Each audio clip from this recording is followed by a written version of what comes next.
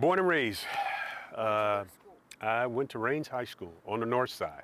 Greg Coleman was a young boy in the late 1960s, early 1970s. Being a part of maybe 32 young black kids who integrated Ribault Junior High School, that was a difficult piece in the heart of integration, busing and all of those things and desegregation. It was a difficult time. A difficult time. But Coleman says, not when it came to football.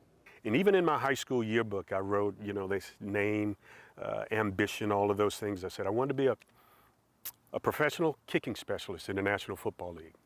And some people saw that and they said, man, you crazy. Ain't no brothers kicking in the NFL. I said, well, that ain't my problem. His high school football career was impressive enough to get the attention from schools like the University of Florida. But it was still a different time for black athletes. I had coaches to tell me, Greg, we are just getting our alumni in a place, in a position to accept the fact that we're going to have a black quarterback. I can't have a black punter and kicker right now.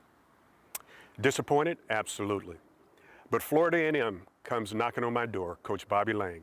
His time at Florida A&M University got him noticed by the NFL. He was drafted by the Cincinnati Bengals in 1976. Then he was traded to the Cleveland Browns, but he was suddenly cut. He came back to Jacksonville to teach, but his dream of playing in the NFL never went away.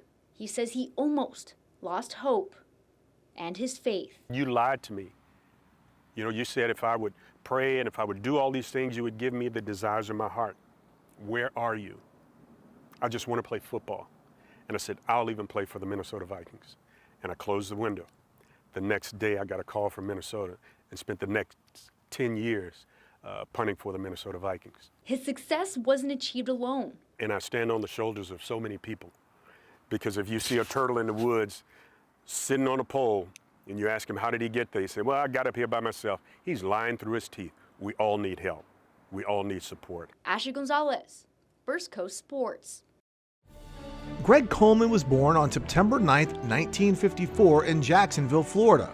After an amazing athletic career at Raines High School in Jacksonville, Greg went on to Florida A&M, where he not only starred as an All-American on the football team, but had the 7th fastest time in the nation as a senior in the 120-yard high hurdles.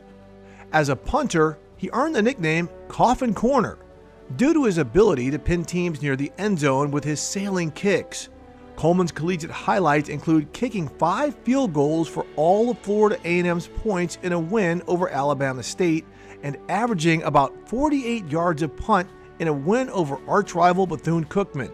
But he is still just as proud to have earned his sociology degree from FAMU.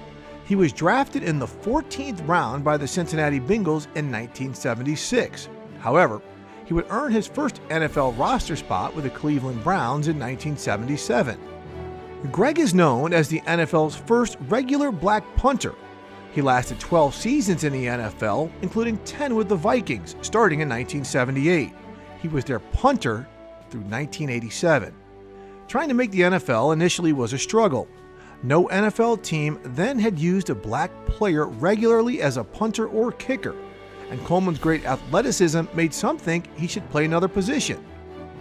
Due to his uncharacteristic speed for a punter, defenses often lined up to guard against a fake punt because he was a threat to run for first downs. Coleman remains the Vikings' all-time leader with 29,391 punting yards. He finished his NFL career with Washington in 1988. He was selected by the fans to be a member of the Vikings' 40th anniversary team. He returned to Minnesota to serve as a broadcaster for the team. Greg Coleman, Black College Football Hall of Fame, Class of 2021.